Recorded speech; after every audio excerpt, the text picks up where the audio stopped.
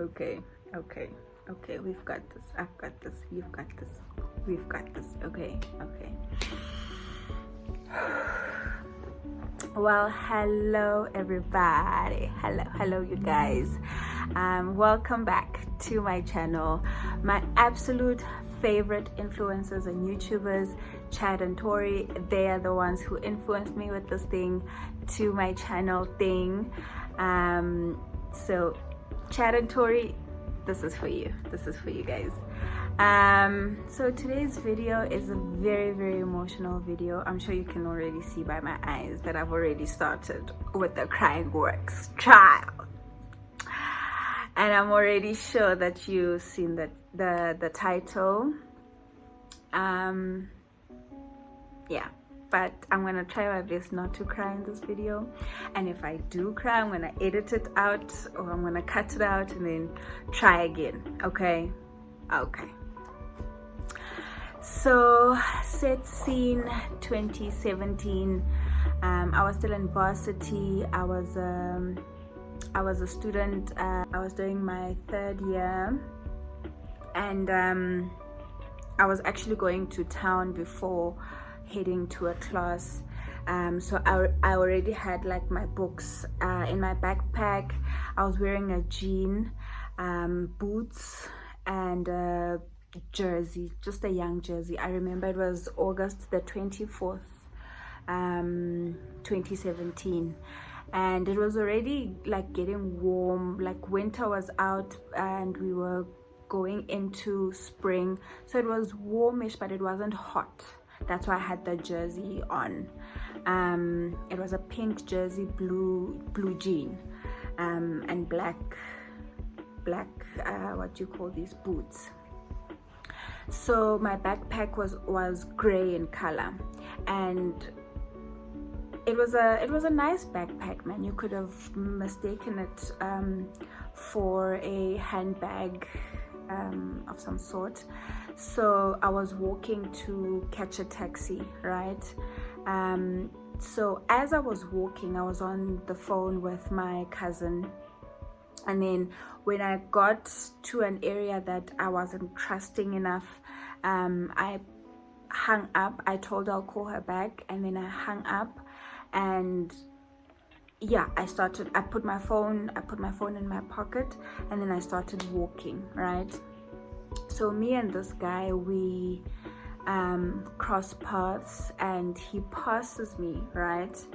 I'm sure 10 steps behind me. Then he started walking towards me. I could feel his presence behind me, and so I started walking faster. So he grabbed me. He eventually caught up to me. He grabbed me by my bag and my jersey so that I don't let go of the bag and run away. So he grabbed me by the back and he asked me, "Are you ready to die?" My initial response, my first response is, "No, not today." And I was like, Lord, not now, not today, please. I still have a lot to live for.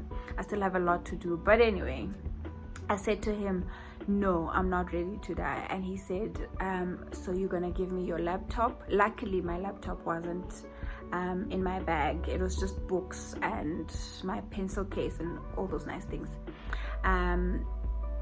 He said to me, "You're gonna give me your laptop, your phone, your money, and everything else that you have that is valuable." Listen, my phone was 3 weeks old, okay?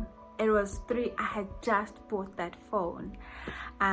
But I thought to myself, you know what? My life comes first, so I'm just gonna give him everything that he wants. I gave him my phone. I gave him the cash that I had. I think I had 200 rand in my purse, and I had just returned back from Thailand, so I had like Thai currency in my bag. So I gave him that too, and he mistaken it for 100 rand. So I gave him everything. So afterwards he was like, we are going to cross this road and you're not gonna signal anyone or you're not gonna do anything funny, otherwise I'm gonna stab you right here and nobody's gonna stop the car for you. You're not special, you're not like nothing is gonna be sinister. I was like, okay, fine, I'm gonna listen to you and all of that. So we crossed the road. After we crossed the road, then he then we went to a bush. It was a bushy place. There was a small river of some sort, or something like that, but it wasn't the Val River. It was just a small river, man. But you could see that there are people living here, and you could tell that he was also living there because he was so familiar with that place. And he told me, take off your clothes. I was like, what? Excuse me. And he was like, take your clothes off. I started praying, man. I started praying like there was no tomorrow. And he saw that I was stalling, and he just wanted to get a quick job done and move on with his life. So he ripped off of my jeans, he took my backpack off, and yeah, he did his job. I remember his fingers were so cracked. You could see that this person, it's either he works hard or he doesn't put lotion on, but his hands were so cracked, his breath was so smelly, and he had a big tattoo on his chest, because he kept pulling his shirt up because it was disturbing him. And yeah, I still remember his face till today. Until he was done, and he said to me, you're wasting my time. I'm going to call my friends and they're gonna come and finish you off, and then we're gonna cut your fingers off, you're gonna cut your limbs off and your feet and everything, and we're gonna cut your head off. Nobody's gonna ever recognize you from here. And my prayer was, Lord, if these people are to kill me, help my family to find me, and not to give me a dignified funeral and everything, but just for them to find me, just so that they can get some closure and everything. Oh my goodness, I was praying out loud, like he could hear me. That's why he said to me that I was wasting his time, because I was praying out loud. I was calling on the name of God, and I was asking him to protect me, to take me out of this situation, to take this cup away from me, and I was just calling on his name. I literally said with my mouth, God, get me out of this, get me out of this situation, protect me from this. You are my savior, you are my God, you are my father, you are my friend, you my protector, you are the one who can and will take me out of the situation. Nobody else can do this for me other than you, Lord. That was my prayer. I kept repeating who he was to me. I kept repeating every promise that I know of in the Bible. Listen, when I say that I saw God in that moment fight for me, this guy, after he was finished, right, this guy, he put his pants on and he started flating, calling on his friends to come finish me off, right? He took literally 3 to 5 steps. I stood up, I put my jean on, didn't even button it or zip it or whatever. I just put it on. I grabbed my bag and I ran. I'm relatively stiff, okay? I didn't run in high school. I only played hockey, but my running is not that great. Listen, I ran for my life, okay? I have never in my life ran like that. I've never in my life seen God fight for me the way that he did on that particular day. Yes, I was disappointed, I was hurt, I was angry that how could God allow this to happen to me. But on the other hand, I was so grateful that I got to see and feel and experience God for myself. I read the Bible, I had seen how God took the children of Egypt, listen, I had seen and experienced God save David from the lion's den. I had seen and heard about how God saved whoever and did whatever for whoever, whenever. But I had never experienced, I was 23 at the time, I believe, or 24, I can't remember, but 2017. But I had never experienced God for myself. In those years that I was alive, I had never experienced God for myself. And I had never been able to give a testimony, a living testimony of how I almost died to how I'm living today. Listen, when I ran, I got to the main road, right, where he told me that I shouldn't signal people. When I got to that main road, I started like signaling cars to wait for me to stand and all of that. But when I saw that nobody was gonna wait for me to help me, I crossed over the road and I went back to my house, to where I was staying at the time. I called a guy that I knew who I went to church with, and I asked him to give me his phone. Luckily, I know a lot of people's phone numbers. I know them off by heart. Remember, my phone is gone now. And after he took the money, he just put my purse back in my bag. So I still had my ID and my cards and everything in the bag, in the purse, in the bag. So then this guy gave me his phone. I took the phone and I called my cousin back, the one who I was talking to in the first place. I asked her to give me her dad's number. Her dad is a policeman in the Vanderbijl Park police station. So I called her dad, and he asked me where I was, and he told me he's coming to fetch me. So I was like, no, my friend here is gonna take me to the police station where you are right now. So when I got there, he was calling my parents to come. So where my parents are and where Val is, it's like a 1 hour 45 minutes drive. Listen, my parents got there in 1 hour, if not 45 minutes. My parents had been crying on the way, and they were just so grateful that their daughter is still alive, that their child is still alive. But they were still disheartened by the experience that I had been through. My brother wasn't told anything at this time because we thought we should tell him face to face. But the story that he heard was that your sister was robbed, not that your sister was raped. So yeah, when my parents got to the police station, I had already been giving my statement and all of that. So the police took me to a trauma center, and I saw a counselor. I cried. Excuse me. I saw a counselor. I cried my eyes out. Okay, I cried my eyes out.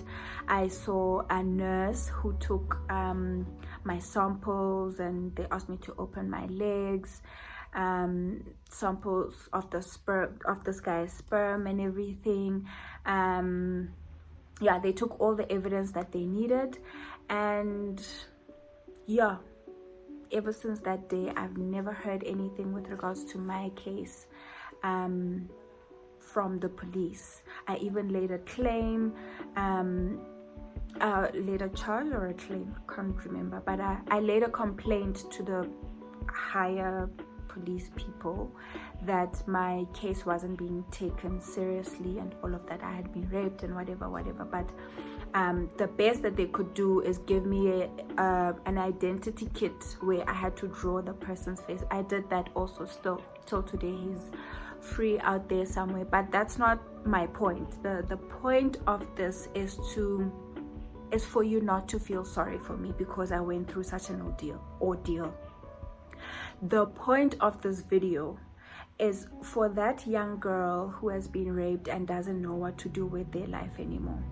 The point of this video is to encourage you.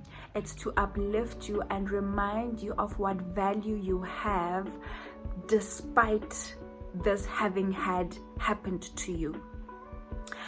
Your value is from the Lord and not from the ordeal that has happened to you. The aim of this video is to show you that if Bilunolo could get through, not get over, but to get through such an ordeal, I can too. If Bilunolo could face such a hard time with the Lord by her side, why can't I? Why can't you? This video is to encourage you to stand up for yourself, and to fight for the life that God has given you. What got me through that time is my family first, the support of my family, my brother, the support of my family, my cousins, my friends, everyone calling me every single day. I didn't have a phone at the time, so everyone who was calling me, they called me through my mom or my dad or my brother or whoever I was with at the time. I was so vulnerable. I was so vulnerable, so they were extra protective over me. What also got me through this ordeal was exercise. What got me through everything that had happened was exercising and getting my body to sweat. The endorphins, there's something about sweating, man. There's something about sweating and getting rid of the negative energy that's inside of you or that's on top of you or whatever. There's something about eating. I ate, but I also lost a lot of weight because of the stress and trauma and everything that I was going through. I lost about, I believe it was 15 kgs. I lost 15 kgs within 6 weeks. Yeah, within 6 weeks. But over and above that, it was my favorite verse in the Bible, which is Psalm 91, where it says that, let me read it actually. He that dwelleth in the secret place of the Most High shall abide under the shadow of the Almighty. David was claiming God here, and he was telling us that he will say of the Lord, He is my refuge and my fortress, my God, in Him will I trust. Verse 7 says, 1,000 shall fall at thy side and 10,000 at thy right hand, but it shall not come nigh thee. Verse 11 says, for He shall give His angels charge over thee to keep thee in all thy ways. My angels were charged. My angels were fighting for me. My personal angels, God had set for me on that day, and God told them to personally make sure that even though the devil deals with me physically, but it doesn't touch my soul. It doesn't touch whatever God has put inside of me. The Bible also says that He that is within me is greater than he that is within the world. And God had set such a fire in me after that. I still speak about my ordeal. I speak about it with girls in my community, girls that I meet up with, girls who have faced such an ordeal. I encourage them and I tell them that the same God who pulled me through it can pull you through it too. And you may feel like your life is over and you cannot face yet another day. Listen to me. You can, and you are going to, with me by your side. If ever there's a prayer request, or you know of a sister or a cousin or a friend or a colleague or whoever that has something hectic that they are going through, please just comment it down below, or just comment a name or a situation or just something.